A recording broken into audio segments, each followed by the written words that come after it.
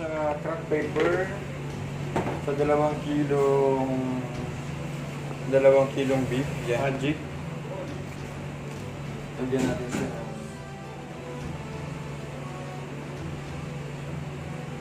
Yan.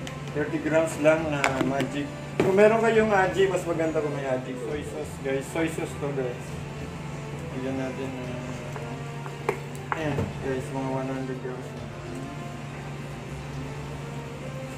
Dapat yung mga nasa 200 grams. Ayan. 2 grams lang yung loads. Ayan o. Okay. Ito yung Knorr seasoning liquid. Okay? Knorr seasoning liquid mga loads. Yan. Kita niyo ba? Lagyan din natin siya.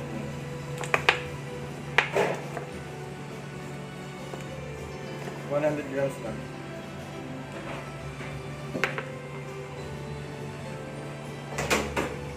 Ang bawang mga lods, huwag natin kalimutan may bawang tayo. Garlic. Yung chopped garlic. Lagyan natin siya ng 50 grams. Ay, sobra na. Okay. So mix lang natin yan lahat. So mga lods, nakita niyo yung ating mga meron tayong garlic. Natandaan niyo ba kung ilang grams yung ating garlic? Ayan.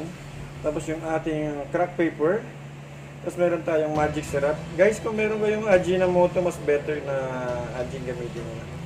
Tapos meron tayong Knorr seasoning liquid. Tapos meron tayong brown sugar. Tapos meron tayong soy sauce. Siyempre. Okay? Tapos ito guys, 2 kilo yung ating meat. Nagawa tayo nga ng tapa. Okay? So, mimix lang natin lahat ng mga ingredients natin. Mix lang natin ng ating garlic. Tapos yung ating crack paper. Ayan. Yung ating Knorr seasoning liquid. Tapos yung ating soy sauce. At yung ating magic syrup. Ayan. I-mix lang natin yan lahat. Okay, yan. Tapos ito yung ating brown sugar.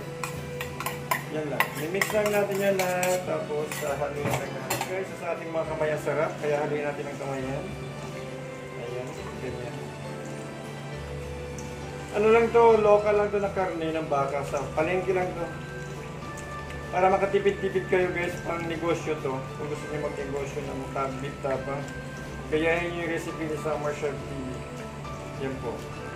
Para mag-tender lalo. Lalong lumambot yung mga karne niya.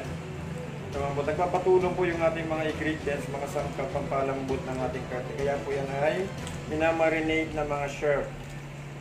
Para lumambot yung ating karne. Ganyan lang po. Kasi i-cling wrap po ng 24 hours. Okay na po yan. Ready to serve. In the middle, like this. This one. I put this one. They're so cute, no? Guys, di ba ang cute niya? Hindi naman ito malinis siya. Wait lang guys, ha. Sino siya tinatawag mo? Si Rose? Si Jones? Rose. Wait lang. So yun na guys, ay cling wrap natin kasi marinig na natin. So ganyan lang, tapos lalagay natin siya sa chiller. Guys, samahan nyo ako, lalagyan natin sa chiller. Guys, ang cute ng chiller namin, look. See? Wonder! Diba? Ang ganda. So, ito yung bagong kitchen ni Summer Chef TV ngayon. Yan. So, dyan natin lalagay yan. So, yan. So, 24 hours mamarinate natin yan sa chiller. So, pabayaan natin yan bukas. Pwede na yan siyang lutuin, guys. Okay, thank you. Bye-bye!